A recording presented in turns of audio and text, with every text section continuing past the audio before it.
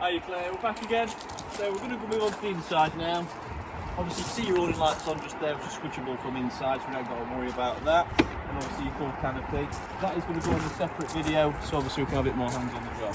Now coming into the vehicle, get the electric step. There's a little switch on the side there. We click the up arrow to drop the step down, and we click the down arrow to retract that step back in.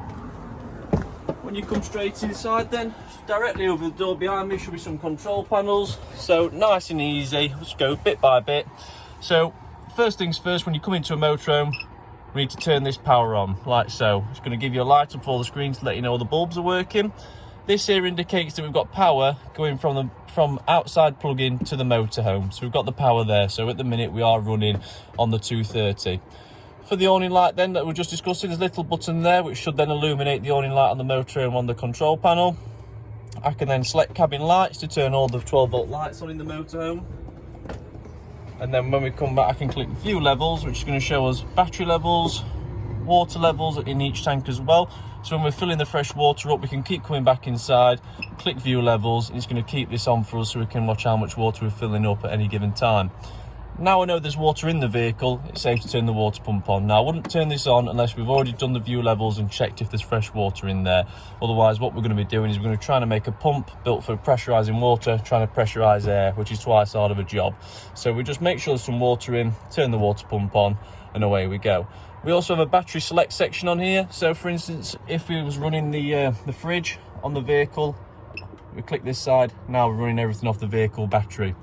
To run off the leisure battery, we click this one here and everything transfers over, and now we're running back on the leisure battery. Now this is a key feature because if you say you was wild camping and you just needed some lights for half an hour and your leisure battery is completely sap dry, we can click this vehicle battery and use and borrow a bit of power from there because it is going to get charged whilst the vehicle's driving. So next to this then, we've got the Truma iNet control panel. So this is it in sleep mode, so it's a dark mode essentially to save a bit of power. If I click this middle dial in, it's going to turn the screen on. So the top left, you'll see we've got the motorhome with the thermometer in, blinking. Now that means that's what we're hovering over. So if I click again, we're selected into that now. So what I can do is I can adjust the heating for the vehicle with this dial, set it to whatever I wish it to be. Now just like at home, once it reaches that 19 degrees, this system will shut off until it cools down, then reactivates when it drops below that temperature. If I click in the button, that will set that temperature. I can then move to the right, and now I'm hovering over a thermometer in some wavy lines, which is going to stand for our hot water. So I can click on there, and we should have a couple of different settings, so we can turn the system off. 40 degrees, which is more for washing pots, 60 degrees so we can mix it for a shower, or we can have boost, which is basically extremely hot. So if I select the button again, that's going to put it on boost, and it does tell us this information above this black line above here. So it's telling us we've got the heating on, we've got the hot water on boost mode, and just next door to that we've got the power source. So if I select into this, we've got gas. If I turn to the right, we've got mix 1, which stands for gas and 1 kilowatt of electric.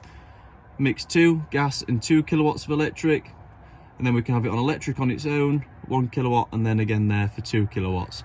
So we can choose whatever supply we like. Obviously if it's really cold outside, we have it on the mix 2, which is the most effective. We're using both fuels then. Your next one is your fan speed, so we can have high, eco or off basically. So high is going to pump it around nice and quickly for us, getting it warm much faster.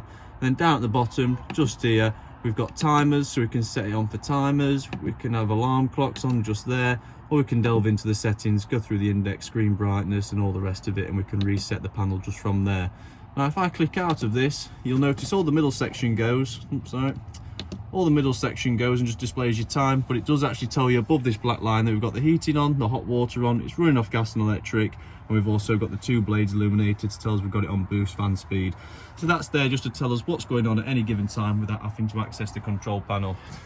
Carbon monoxide and smoke detectors, 2 very important pieces of kit when using a motorhome. Always change the batteries every single year to make sure they're going to keep you covered. So if we work from the back then and come forwards, obviously we've got 2 reader lights in each corners. In the cupboards there's no actual features to go across, but it is good. Obviously got plenty of storage there. We've got individual switched reading lights that are on a swivel as well. Little switch up there to turn those guys on and off. We've got the 3-ring gas hob, so it's just like at home. Illuminated, so that for the front, then we just click the igniter, let it burn through for a few seconds.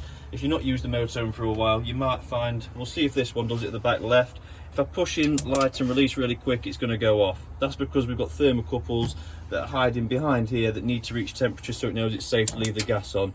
So if I let them heat up them thermocouples, then release, we're good to go. Same for the back right.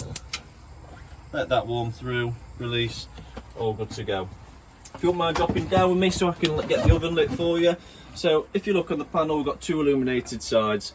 The white illumination determines which section is going to be lit. So the white to the left stands for the oven. So I'll spin around to the left, click the igniter in, that gets the oven lit at the back, of which then we can adjust the temperature and the size of the flame with this dial here. If I need to go to the grill, I just simply go the opposite way, use the igniter, and there we go. The grill should come on pretty nice and quick. And that's it with your mixer oven and your hob unit, to be honest with you. Nice and simple as you probably imagine, but we do like to make sure you've seen that working on the videos and obviously how to get on with that. Obviously every single piece of this will not work if this glass screen isn't retracted all the way back.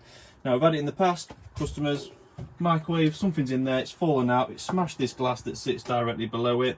Obviously that's fine, it happens, accidents happen, but just remember if you have no glass there, you still have the hinges at the back. So always make sure they're retracted back if you ever want to use this, and that does happen. So obviously we've got the water pump on the control panel now, so that should purge water through here nicely. Hot side and cold side, so it won't be warm as of yet, to be honest with you. It's only sort of been on 5-10 minutes, but obviously as soon as your pump's on, you'll have running water through this tap, your shower, and obviously your tap in the bathroom as well.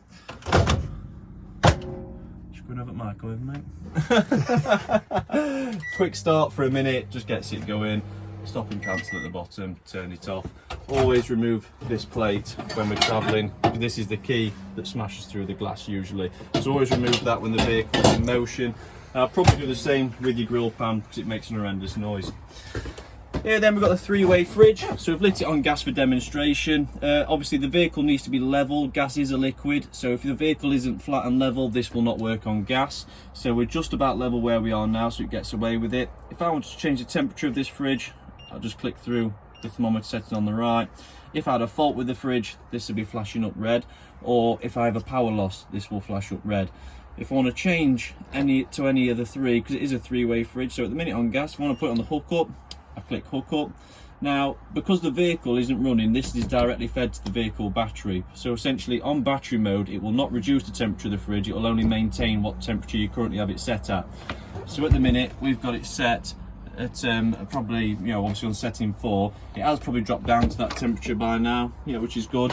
So now if I was travelling, I could happily turn it onto battery. If you notice, I'll put it on battery now and this should start flashing, simply because we've got the engine not running, so it's not got any power to feed off there, which is good. So we know this is working.